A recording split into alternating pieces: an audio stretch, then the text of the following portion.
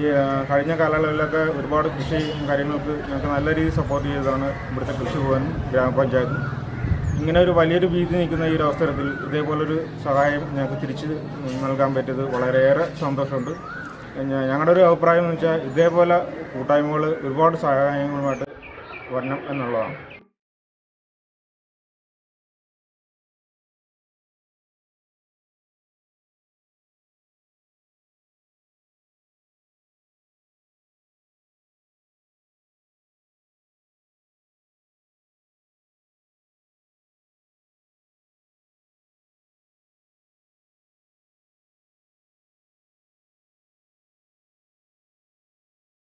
കഴിഞ്ഞ ഒരാഴ്ചക്ക് മുമ്പ് ഗവൺമെൻറ് കുറേ കർഷകർക്കായിട്ട് കുറേ ഇളവുകൾ പ്രഖ്യാപിച്ചായിരുന്നു. അപ്പം ഒരുപാട് നമുക്കിപ്പോൾ ഇറങ്ങി നടക്കുന്നതിനൊക്കെ ഒരുപാട് ലിമിറ്റേഷൻ ഉണ്ട്.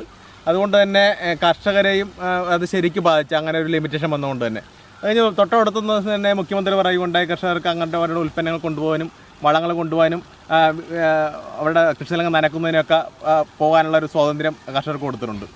അപ്പം ഇതിൽ നിന്ന് നമ്മൾ പ്രത്യേകം ഒരു മനസ്സിലാക്കേണ്ട കാര്യം കർഷകരുടെ പ്രാധാന്യം അവർ മനസ്സിലാക്കേണ്ട ഒരു പ്രധാന ഘടകമാണ്.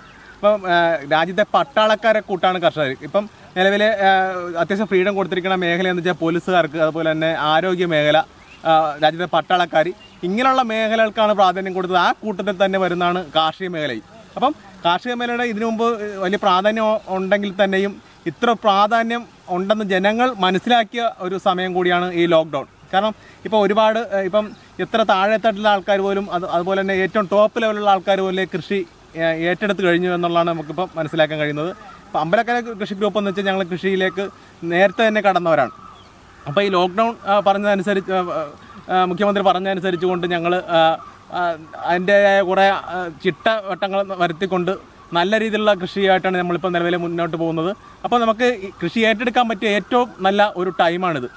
അപ്പോൾ നമ്മുടെ വീട്ടിലേക്ക് ഇപ്പോൾ എല്ലാവരും ഒരുപോലെ കുത്തിയിരിക്കുന്ന ഒരു സമയമാണ്. നമുക്ക് ആ സമയം നമുക്ക് കൃഷി ഒരു ആനന്ദകരമായിട്ട് കൊണ്ടുപോകാൻ പറ്റിയ ഒരു സമയം കൂടിയാണ്. അപ്പോൾ എല്ലാവരും കൃഷിയിലേക്ക് വരണമെന്ന് അമ്പലക്കര ഗ്രൂപ്പ് ഒരിക്കൽ കൂടി പറയുകയാണ്.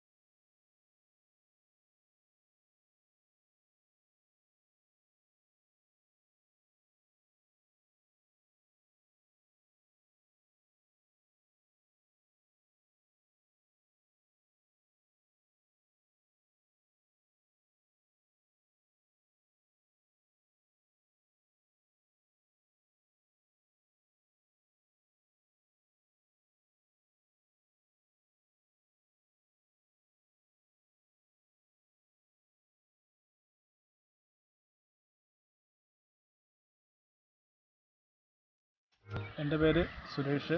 ഞാനിവിടെ അമ്പലക്കര ഗ്രൂപ്പിൻ്റെ പ്രസിഡൻ്റാണ്.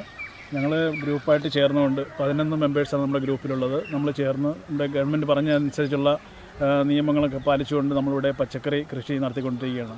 ഞങ്ങളുടെ പ്രധാനമായും കൃഷി ചെയ്യുന്നത് പാവൽ, പടവളം, പയർ, വെണ്ട, പീച്ചിൽ മുതലായവയാണ് കൃഷി ചെയ്യുന്നത്. എന്നാൽ തന്നെ നമുക്കൊരു അത്യാവശ്യം അടുക്കളയിൽ വേണ്ട എല്ലാ സാധനങ്ങളും ചെറിയ രീതിയിൽ അതും ഇതിൻ്റെ കൂടെ ചെയ്തു പോരുന്നു. ഇപ്പോൾ ഇന്ത്യ മൊത്തത്തിൽ ലോക്ക്ഡൗൺ ആയിരിക്കുകയാണ്. ആ സ്ഥിതിക്ക് നമുക്ക് ഇനിയുള്ള സമയങ്ങളിലൊക്കെ പച്ചക്കറിക്കൊക്കെ വളരെ ബുദ്ധിമുട്ട്, വളരെ വില കൂടുതലും എല്ലാം വരും. പക്ഷേ ഇതുപോലെ നമ്മൾ ഓരോ ആൾക്കാരും അവരുടെ വീട്ടിൽ തന്നെ ഒരു അടുക്കളത്തോട്ടം മാതിരി കൃഷി ചെയ്യുകയാണെന്നുണ്ടെങ്കിൽ നമുക്ക് ശരിക്കും പറഞ്ഞാൽ പച്ചക്കറിയുടെ ഒരു ബുദ്ധിമുട്ട് ഉണ്ടാവില്ലെന്ന് തന്നെ പറയാം.